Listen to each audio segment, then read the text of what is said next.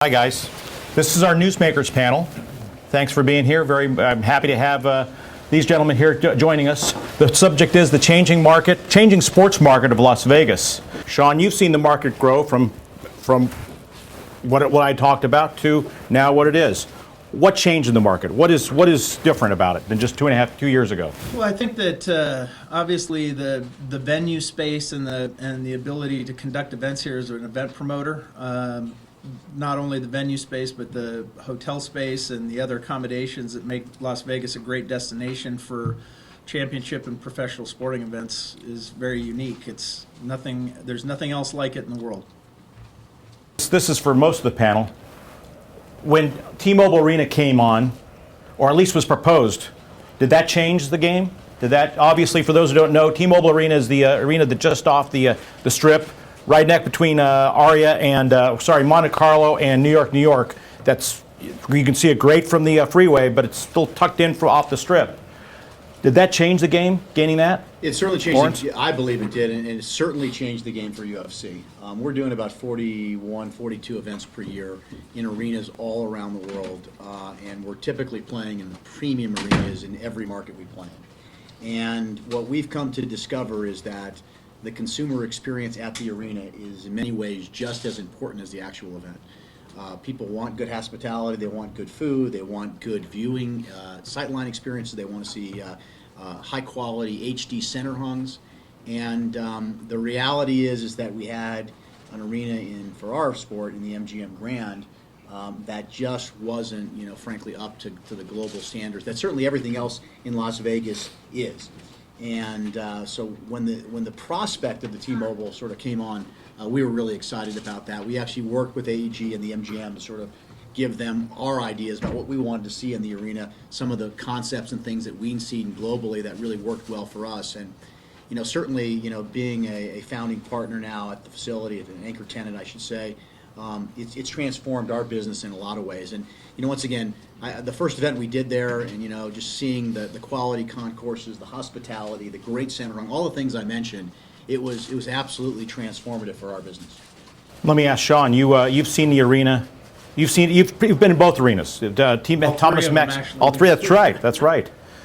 How did that change the game for you guys? Well, first of all, we had our most successful World Finals in the company's 23-year history at the time. And you're one of the big first sporting events in there too, right? We were certainly the first dirt in there, which I think we left some for Kerry on his ice somewhere. So, but just dirt, right? You didn't leave anything else. Yeah, there might be some. But we were actually able to work with AEG and MGM as well on the design to make sure that we could get bowls into the venue, which is a fairly unique proposition. So there's some unique storage spaces that were built that are there to accommodate the bowls. And but as Lawrence said, the experience for our fan was just night and day. Nothing against our former home at Thomas and Mack, but it was night and day difference in terms of the amenities and the experience overall. And it was just a great turnout. And the good news is we're tracking ahead of that for this year. So we'll have this fall we'll have the most successful PBR event in our history. I'll get to Kerry in a second on this, but Darryl, from your standpoint, it changed the game for Thomas and Mack. It was no longer the biggest arena in town. Right. No, in almost every way, we think T-Mobile's a positive for us and for the market. It's been our view for some time now that Las Vegas has become the college basketball capital of America. And you might argue, and I think rightly, that maybe New York had that mantle for a long time. But when you look at the profile of the programs that come through our city and play, and now with T-Mobile, look at this year. We had Kentucky, North Carolina, UCLA. Mark, help me out. Was it Ohio State? Ohio State. That's just one example of the type of program that you see coming through Las Vegas on a regular basis. T-Mobile just reinforces that, and it's something we talk to recruits about. Now, from a business perspective, it does represent a new competitive challenge for the Thomas and Mack Center, but that's good. That competition will be healthy, and I know the people who oversee and run that facility will respond to it. So all in all, for us, it's been a positive.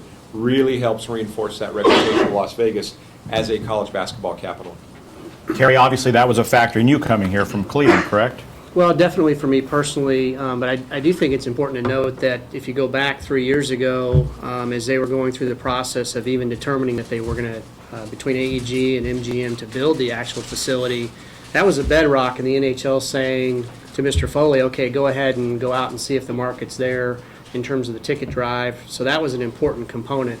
Facilities, and then ultimately ownership, and then the way the market stepped up with the ticket drive ultimately led to last June's announcement that the NHL was going to come. But it wouldn't have even been an opportunity for consideration if there hadn't been a venue of the size and scope and all of the different discussions about amenities, the sight lines. I've been to not every but most arenas in North America, and it's certainly going to provide for one of the best NHL experiences in the country.